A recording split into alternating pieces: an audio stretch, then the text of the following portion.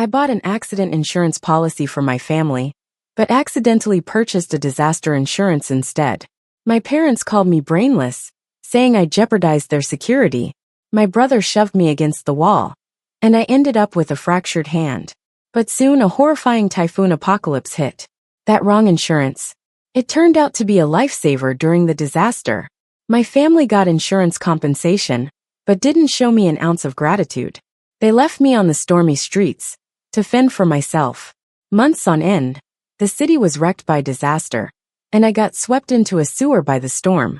I opened my eyes, back to the moment I bought the insurance.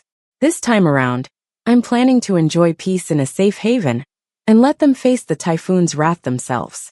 Linda, are you sure you bought disaster insurance? Right after I placed the order, an insurance rep called to confirm.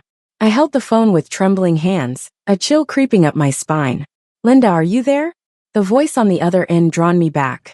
Are you sure you got disaster insurance and not personal accident insurance? They kept asking over and over. Hearing those words again made me feel uneasy. My mom was impatiently nudging me, her voice cutting.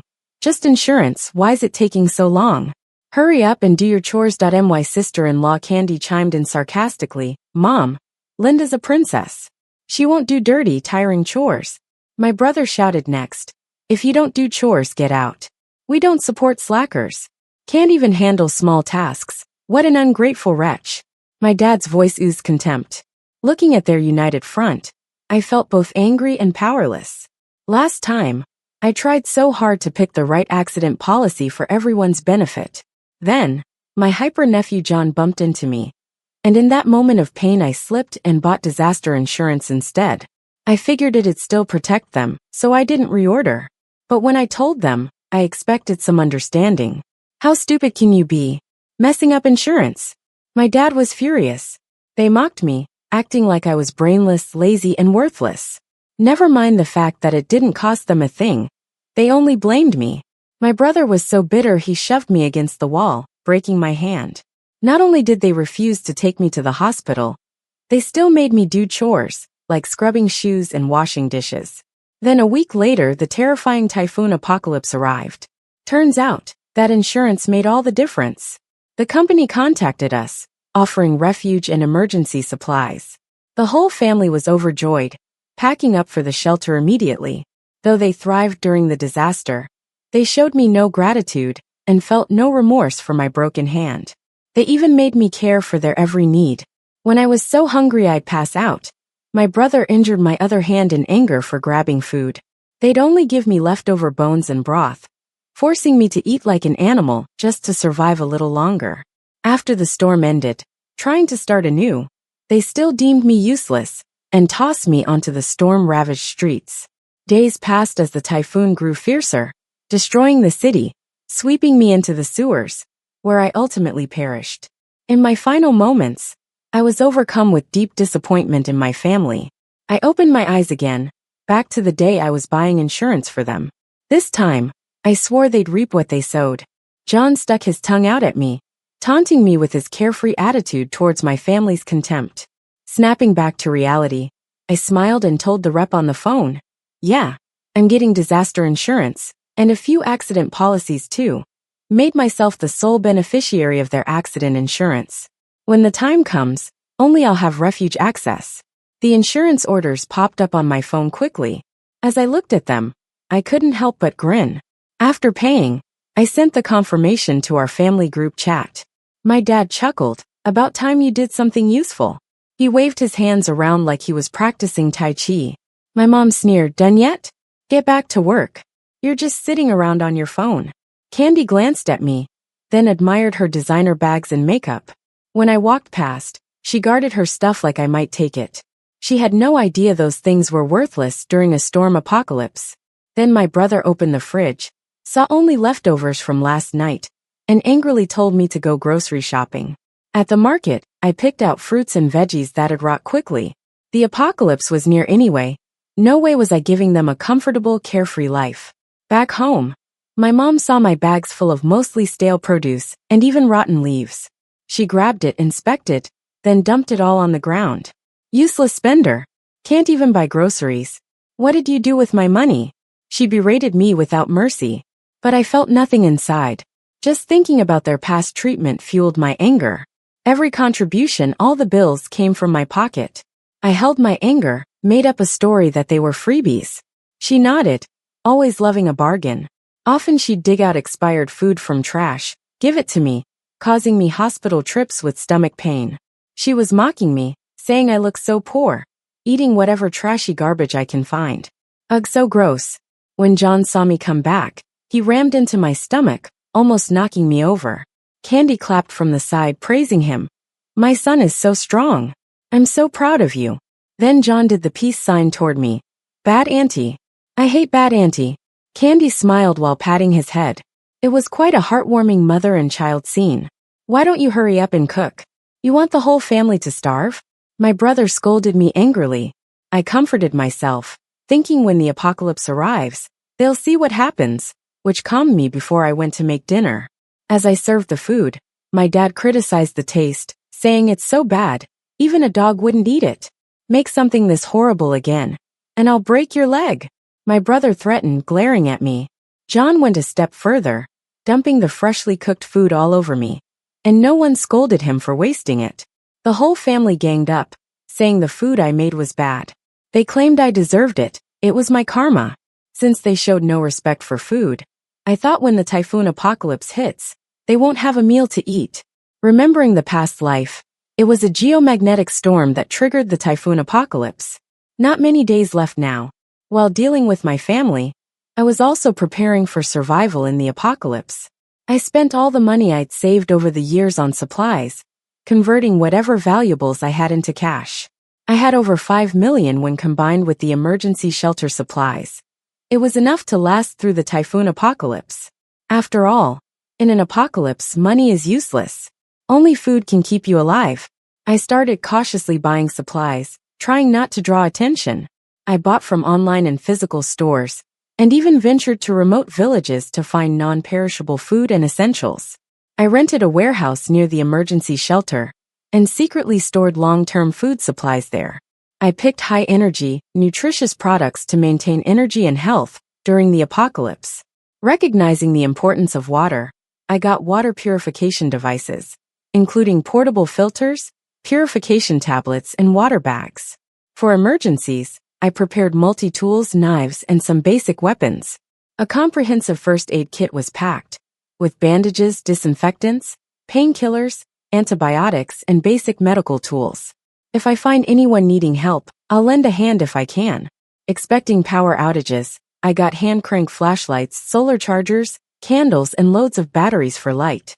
Worried about weather changes post-apocalypse, I got various seasonal clothes like winter garments, raincoats, gloves, and hats. I spent a good sum hiring workers to renovate the warehouse, adding insulation and reinforcing it against typhoons. Then I set up hidden observation points to monitor the outside environment better. As signs of the geomagnetic storm became more evident, I limited outings, focusing on moving supplies into the warehouse. With days of endless torrential rain, everyone started panic buying food, causing prices to skyrocket. At home, I was still in charge of buying groceries, but I only bought what's perishable and lacks energy for them. I wanted to watch as the family, who once mistreated me, fell in the apocalypse. My brother used to eat 2 big bowls of rice daily. Now looking at the table with pickles and porridge, he cursed me. You idiot, can't even buy vegetables? John, making faces, chimed in. Stupid auntie. I shrugged helplessly. Prices have gone up. Even vegetables cost hundreds now. I don't have that much money. My mom rolled her eyes. What about the money you earned over the years? Never willing to contribute to the family. Mom, you're welcome to check my room. There's nothing saved. I spread my hands, looking genuinely sincere. My brother gave me a disappointed look, then threw $1,000 at me. Irritated, he added, if you can't buy food, don't come home. Poor brother, he's dreaming. In the apocalypse, $1,000 gets you nothing. I acted pitifully and said, brother, you don't know how pricey it is out there. 1,000 might just get you a drink. But he didn't believe me and called me greedy, accusing me of stealing family money. Yet, reluctant to go out themselves, the family painfully handed me $50,000. At the supermarket, I again bought expensive but unsubstantial food. Rather than direct death, isn't it more painful to have hope and then lose it? Since they never cared about my life, I won't long for their false affection anymore. My mom smiled welcome when she saw the food I brought. But when our eyes met, her look was full of disdain. If it weren't for the rain, I wouldn't need you to buy this food I don't like, she said sarcastically. Trash you brought home. We'll just have to suffer through it to fill our bellies. My dad also mocked. Sure. But I wonder who will buy supplies when the typhoon hits. I smirked inside and put the food away. After all, I can't let my relatives starve. As I stored the food, John hurried over, rummaging through it. He ate snacks while watching TV, hiding his face with them when I looked over. Then he dumped all the snacks into his mouth right before my eyes. Candy snatched the snacks from him, saying, "Blame your aunt for buying so many snacks. They'll give you cavities." Failing to take them back, he angrily glared at me. His cavities were from sneaking candy at night, never brushing his teeth, yet I got blamed. Angry, he ran to my room, throwing my clothes on the floor, stomping on them. I can't remember how many times it's been. Every time I want to discipline him, my mom says he's still young, he doesn't understand. Why don't you just let it go? Candy would say, my son is such a good boy. If you hadn't provoked him, he wouldn't have touched your stuff. No matter what I do, it's always wrong. I want to teach him properly, help him grow into a decent person. But John grows up spoiled, always self-centered, and no matter what mistake he makes, it somehow ends up being my fault. Every day, he throws his socks around, even at my brother's bedside. They don't blame their son. Instead, they blame me for not washing the socks. The house is always a mess, but my mom just laughs and says he's handy and will have a bright future. The craziest thing is, he secretly started a fire and almost set the house ablaze. Yet Candy defends him, saying he's too young to understand, and it's my fault for not watching him. I've tried to advise them, but whether they listen or not is beyond my control. I went back to my room, hanging clothes by the window, looking out at the torrential rain and the howling winds. It wasn't until the news snapped me back to reality. It's continuous heavy rain, stay indoors. Make sure you have enough supplies and wait for our updates. The meteorological department is still investigating the situation. They simply said that due to a geomagnetic storm, there's an impact on the weather. They advised everyone to stay calm and not panic. I look at my family. No one seemed panicked at all. Everyone's busy with their own things. Finally, the apocalypse-level typhoon hit.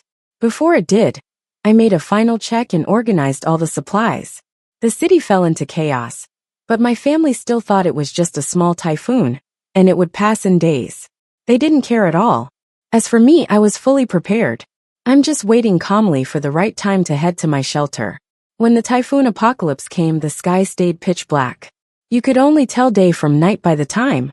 The insurance company called, explaining that the policy offers emergency shelter and supplies. Last time was just like this, and I shared the news with my family. They happily packed up and left, but this time I won't be that foolish again. I explained the situation to the insurance company, saying we'd come later, and to hold on to the supplies for now. The constant news updates finally made my family start to panic. Mom and Dad rummaged through cupboards and the fridge, mostly finding fiber biscuits. They're filling but also aid digestion. Besides that, I also stocked up on lots of unhealthy snack foods for them. Seeing so many biscuits, Mom sighed with relief. Good thing I had Linda stock up. Now we won't run out of food. John snuck off with chips again, hiding in my room to eat. Of course, I'll cover for him, letting him eat more while he can because we might not have it later. When the weather seemed to improve, my brother forced me to go out and buy more food just in case. It might be the height of summer, but it was bitterly cold outside. I braved the wind and rain in a down jacket, wandered the supermarket, and returned empty-handed. Not because it was looted, more like I had zero intention of hauling anything back. Seeing me empty-handed, my brother was about to punch me in the head. I swiftly sidestepped him, dodging his strikes. Geez, what do we do now when there's nothing to buy? My brother's fist missed and slammed into the couch. Dad chimed in, such a waste. Since there's no food, you shouldn't eat. Right, if you don't work, you don't eat. Mom nodded in agreement. Yeah, some people shouldn't waste the family's food since they're so useless, Candy said, full of disdain.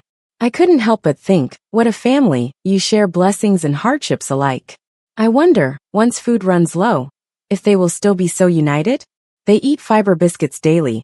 I hide in my room, eating instant noodles with sausage. Hot meals are just better.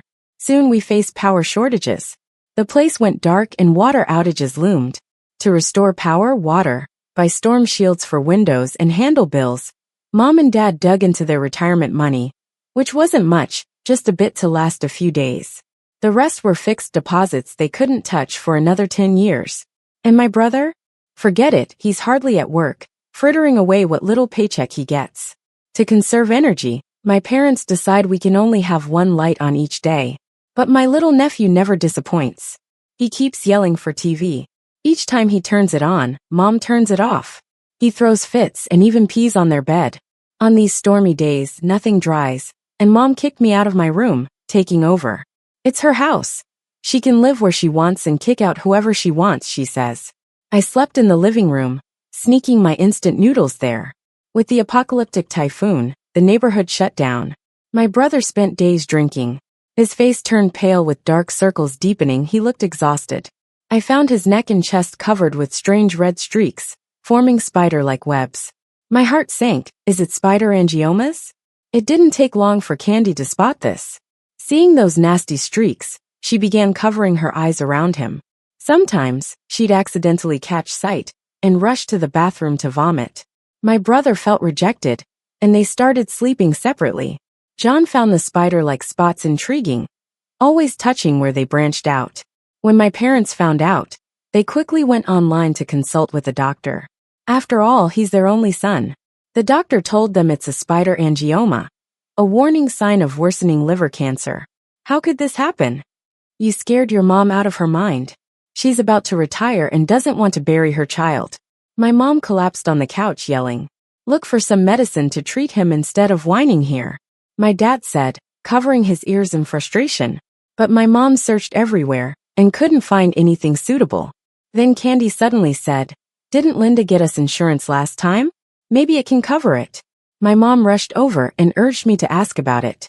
But personal accident insurance doesn't cover liver cancer treatments. I called the insurance anyway to show them. "Sorry, Linda, liver cancer isn't covered by insurance, and we don't provide meds. Have a nice day." I put the call on speaker so they could hear it. My brother got upset. "Linda, what a useless insurance you bought, just like yourself. Useless, useless, useless little sis." John laughed beside me. In the end, my mom could only take his alcohol away, trying to stop his liver cancer from worsening. But even without drinking, the spider angiomas didn't disappear. Not only that, his symptoms got worse. His skin turned red and itchy. He often vomited, lost his appetite, and dropped 20 pounds despite weighing 180. My mom nagged daily, burned incense, and prayed for my brother's recovery. She was so worried, constantly searching online for treatments, and even thought of making broth with the ashes. After getting scolded fiercely by my brother, she gave up on that idea. My dad complained she was clueless, and the house reeked of incense. The smoke lingered, and opening the windows would ruin everything inside. My dad did nothing, but used my mom as his emotional outlet. As my brother's condition worsened, my parents grew more anxious. But they couldn't take him to the hospital, or get anything from closed pharmacies nearby. After much deliberation, they all looked at me. One glance, and I knew it was no good. They wanted me to go out in the storm for medicine. "Are you really asking me to go out? I'm scared of this weather," I asked, eyes wide and teary. "You'll be fine. You're lucky and will come back safe," my mom said with a fake smile. Just bring the medicine back, so her son would be healthy again. I knew her thoughts too well. With determination, I promised them I'd return safely. But the door locked behind me as I left. I quickly called insurance to get to an emergency shelter. That's where my happy life began. I moved emergency supplies into the storage, settled things in, and lay on my comfy bed. I watched a home-installed camera via projector. "Why making me eat these damn crackers with rice? I want meat." My mom almost dropped the food when my brother pushed it away. A meat lover, and he hadn't had any in weeks. Liver cancer wasn't his only weight loss reason. Why complain about meat? Get some outside if you want it. My dad yelled back angrily. "Meat, meat, I want meat." John joined in. My mom tried to calm them, but got pushed down. Enough. Combined age nearly 100 still bickering. Candy sat silently, ignoring them, eating her crackers. Eat, only care about eating. Help your mom up, my mom snapped at Candy. Candy gave her a look and unwillingly went to help. I watched the chaos with my steak, enjoying the spectacle. Then John remembered me. Get that useless auntie to bring back meat. My brother called me soon after. The phone rang, and I took my time answering. Can you hurry back? Bring a bunch of meat, my brother shouted angrily. Brother, it's too windy, I can't get back. I replied, trembling. What are you munching on? Found something good? Ran into some supplies, just got some crackers so I stored energy. I saved the rest for home. Dad murmured approvingly. Supplies will reach us soon, with lots of meat. I'll bring medicine back with it all. I said and heard laughter before the phone cut off. No such luck, even if they did reach us. Instead, they turned to the freezer's leftovers and had hot pot. A knock came, they froze then rejoiced. It wasn't supplies but neighbor Ken. Candy eagerly pulled him inside, regardless of why he came. He was there to mooch off, and Candy's hospitality surpassed her care for my brother. My brother nudged her. Their food wasn't even enough for themselves. Linda said we'd get stuff soon. Can't neighbors help each other? She reasoned. All agreed, and they shared a hot pot meal. Later, Candy convinced Ken to sleep over in my parents' room. When night came, Candy, wrapped in a towel, shyly entered Ken's room. By dawn, she returned to my brother's, wearing just thin pajamas, blushing and blissful. Man, I never expected to see such a dramatic scene late at night, when I couldn't sleep. I'm curious about how my brother will react when he finds out. The next day at breakfast, Candy kept her head down the entire time. No matter what anyone said, she didn't respond, just lost in her own world, occasionally smiling to herself. Every night, Candy would visit Ken. One night, my brother happened to see her leaving Ken's room. When he got up to use the bathroom, he grabbed her arm tightly, his eyes filled with anger, demanding to know what happened. Candy didn't answer directly. My brother's grip on her arm left it red, and their argument woke up the whole family. What are they fighting about in the middle of the night? I'm exhausted, my dad muttered, rubbing his eyes, clearly annoyed. My mom chimed in sharply, exactly, can't they just sleep? What's all the noise about?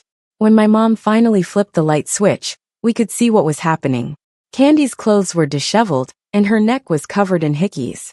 That's when Ken stepped out to see what was going on. My mom quickly ushered him back into his room, and pulled my brother and Candy aside. There are guests in the house. If you need to argue, do it in your room. She scolded them with a glare. Mom, she just came out of that room. What do you think happened in there? My brother shot back. Understanding dawned on my mom, and she slapped Candy, then told my dad to kick Ken out of the house. Candy's face turned bright red with anger as she walked back to her room. And just like that, this little drama came to an end. We were running low on food because 6 of us were eating together, and everyone had quite an appetite. My brother's liver cancer was getting worse.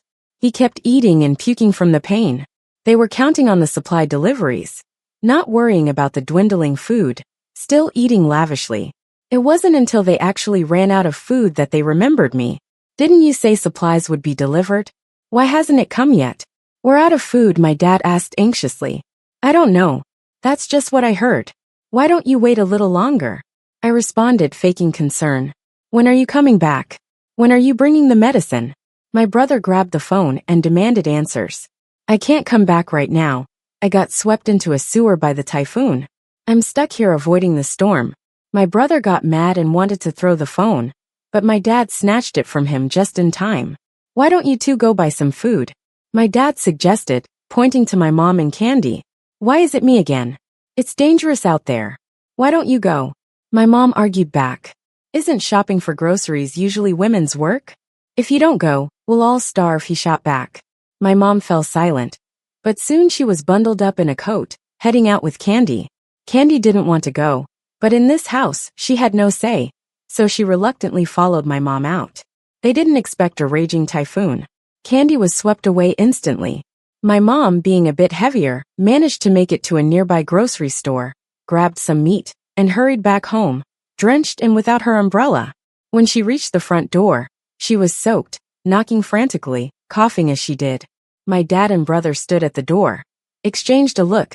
Then my brother opened the door so my dad could snatch away what she was carrying. They quickly shut the door again, leaving my mom outside, crying and shouting. But they just said, "You're sick, don't spread it to us. Come in when you're better." Inside, they complained about the meager amount she brought back, saying it wasn't even enough for a tooth gap. In these end times, they were just as selfish as they used to be. "Forget about her, let's cook the meat first. We'll figure out the rest later," my dad suggested selfishly.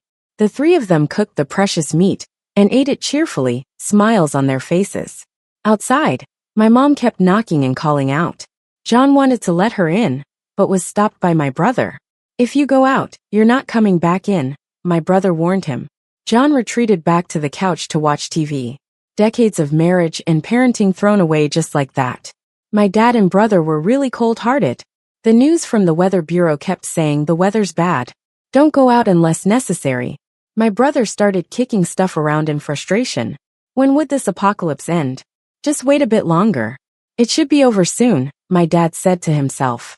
But after a few days, they ran out of food again. My mom starved to death outside. The three of them didn't care, never even checking on her. Even though I knew karma would catch up with them, it was still chilling to witness.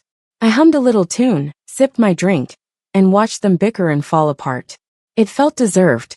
My dad and brother searched the whole house, despair in their eyes. They had truly run out of food. Finally, they turned to the houseplants. My dad threw the flowers into a pot and cooked them. He even cut up the couch leather and tossed it in, saying they just needed to survive, not starve. The couch leather boiled into mush, filling the air with a nasty stench. "It smells awful." They all covered their noses. But my brother, determined to survive, tasted it. He spat it out immediately. "This stuff's terrible." Curious, my dad gave it a try, his face twisting with bitterness. Desperate, he forced himself to swallow it. Seeing his dad, my brother begrudgingly ate some too, making John do the same. John couldn't keep it down, spitting it out repeatedly. Eventually, even my brother gave up on forcing him. At last, my brother told my dad to go find food. My dad knew what he was up to and refused. So they sat in the house, doing nothing, waiting. "Where's Linda? Is she dead? Can she come back?" My dad suddenly remembered me. My heart skipped a beat as my phone rang again. They only call me when they need something. I picked up the phone, feeling annoyed. Angry words came through the line. "When are you coming back? We're out of food here, just waiting for you to bring supplies." My dad's familiar voice filled my ear. Then he added with pain, "Your mom and sister-in-law got swept away by the typhoon while looking for supplies. Be careful when you come back." "Dad, I really miss you guys, but I'm stuck in the sewers. I've even been catching rats to eat. I'm afraid I can't make it back." My voice cracked with tears. I imagined the terrified looks on my dad and brother's faces. But in the end, they just said, "If you can make it back, bring supplies as soon as possible." I chuckled bitterly inside. Turns out I'm still useful to them. A week later, I watched the weather improve from a secret observation point. News reports announced the end of the apocalypse like Typhoon. We would finally see the light. The sky brightened, and the months-long downpour eased. The typhoon was gone. In our neighborhood, they were checking who survived. I started my journey home. Opening the front door, a foul smell hit me instantly. The place was a wreck, furniture overturned, stuff scattered everywhere. 3 twisted bodies showed their last moments of struggle frozen in time. When the 3 faced uneven rationing, they turned on each other, and no one gave in. In the end, hunger killed all 3 at home. I shook my head at their lifeless forms. On the news, my mom and Candy's faces appeared. They had perished in the typhoon apocalypse too. The typhoon apocalypse passed, greedy, selfish people faced the consequences. Not long after, the insurance company called, depositing a few million in death benefits into my account. After burying the 5 of them, I smiled softly at the money and sold the house. I got a cozy little apartment instead. I used a part of the compensation to buy essentials, making the small apartment warm and comfy. The city was slowly coming back to life, and I joined the rebuilding efforts. I worked with volunteers to clear debris and to lift fallen trees from the typhoon. Standing on my balcony, gazing at the starry sky, my heart filled with hope for the future. I smiled. This time, I'm going to live a more amazing life. The end.